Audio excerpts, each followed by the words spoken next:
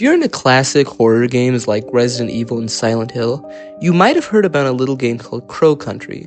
It's an indie survival horror game that came out in the past year, and it makes use of grotesque humanoid monsters, limited resources, and tight movement to almost infuse the game with a sense of fear and dread. I had been following this game before it had even come out, but it flew past me when it did. However, after seeing some clips pop up on my YouTube For You page, it was brought back to my attention, and I thought I'd finally give it a try.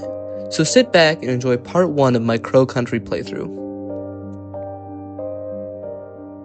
As I began the game, I was introduced to the protagonist of the story, Special Agent Mara Forrest, and for some reason, she makes a special point to make sure you don't forget her name. I don't know what'll happen to you if you do, but she really doesn't want you to, so be warned. There will be a quiz later. After driving for a bit, I arrived at Crow Country, and I know what you're thinking. That's the name of the game! Yep, this game is taking place in a run-down, corrupted theme park, overrun with the undead. After I explored the park for a bit, I found a man named Arthur bleeding on the floor. He said something about trying to get the perfect picture of the monsters to prove somebody wrong or something. Pretty poor reason to get eaten by monsters, if you ask me. After running past them and taking more medicine than legal in most states, I found the owner of the park's office and stocked up on even more medicine, which I quickly ended up using due to being ripped apart by more monsters, so it was kind of pointless. But what I did find that was quite helpful were the things in the office. I found a clue to my first puzzle. I was told to tell the tree lady a mysterious phrase for her to show us the way.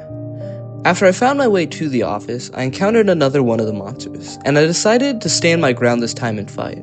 And I was actually able to kill him this time. And with this, I encountered a weird glitch, where I was supposed to inspect the body and feel bad about it, but for some reason or another, it made me look at the ground like 15 feet away from the dead body, so it looked like I was sad about an ant I stepped on in the process. After mourning the dead ant, I found the tree lady next to where Arthur was napping. I told her the password and solved another puzzle before she quickly gave me a bronze key. Bronze key will lead to more puzzles I'm sure I will figure out quickly without any problems at all.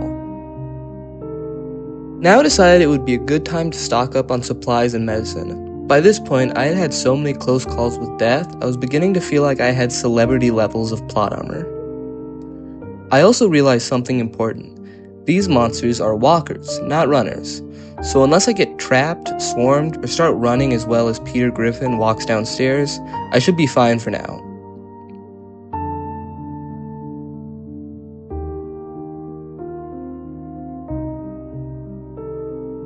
Real quick, if you guys are enjoying the video, please consider subscribing. It's free and helps out a ton. I've also started streaming on Twitch. I started a Hi-Fi Rush stream in the past week, and it was a ton of fun.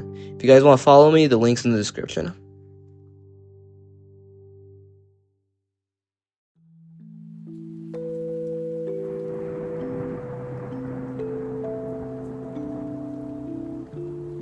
After looting up for some more time, I found the most legendary treasure of all, a banana peel.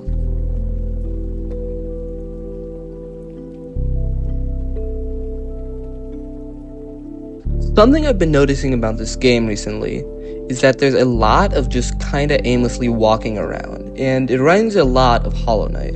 You'll find secrets and hints to puzzles you won't even find for the next hour.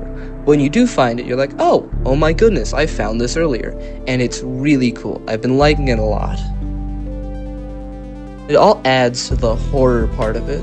You don't really know what's around the next corner, and you'll find stuff, and you're like, man, the door is locked, but whenever I open that door, I'm probably going to die.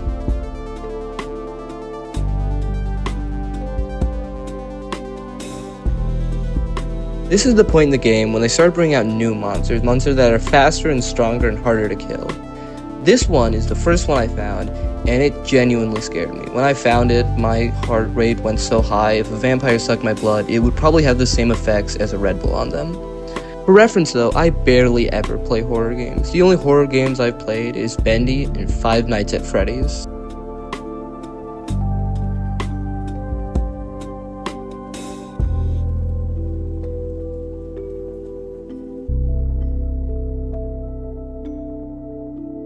I was thankfully able to kill it though, which made me feel kinda cool. After I killed it though, I had to pause the game and calm down a second.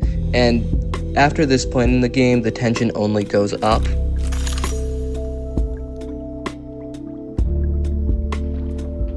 After solving this puzzle and thinking I was safe to leave, a monster bursts out of the wall and attacks you, and once again, I didn't have close to enough ammo to kill it this time. So I had to figure out how this door worked and run away as fast as I could.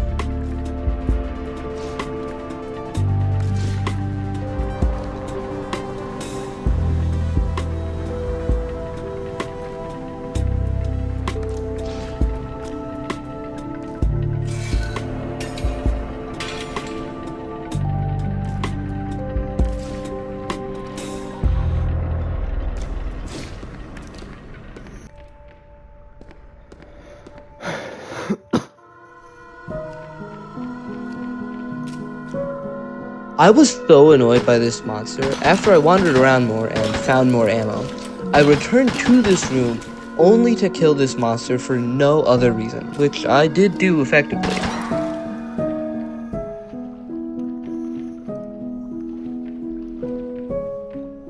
I've included this clip just to remind you all that I am a pure idiot.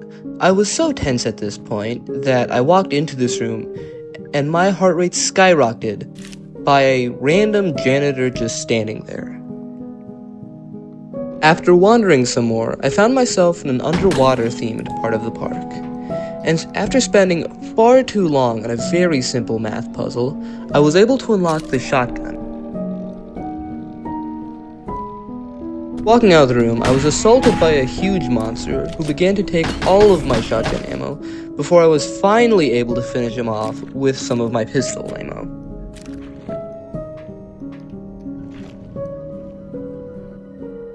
After this, I found my way into the next part of the map, where I found the greatest puzzle to ever be in any puzzle game ever.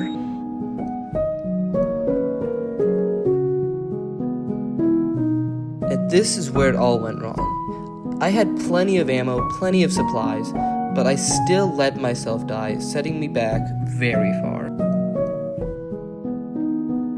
I decided now is a good time to end this video.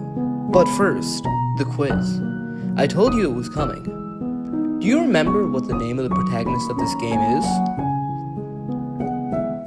It was Mara Forrest. If you didn't remember that, you gotta subscribe to my YouTube and my Twitch in the description. Thanks for watching.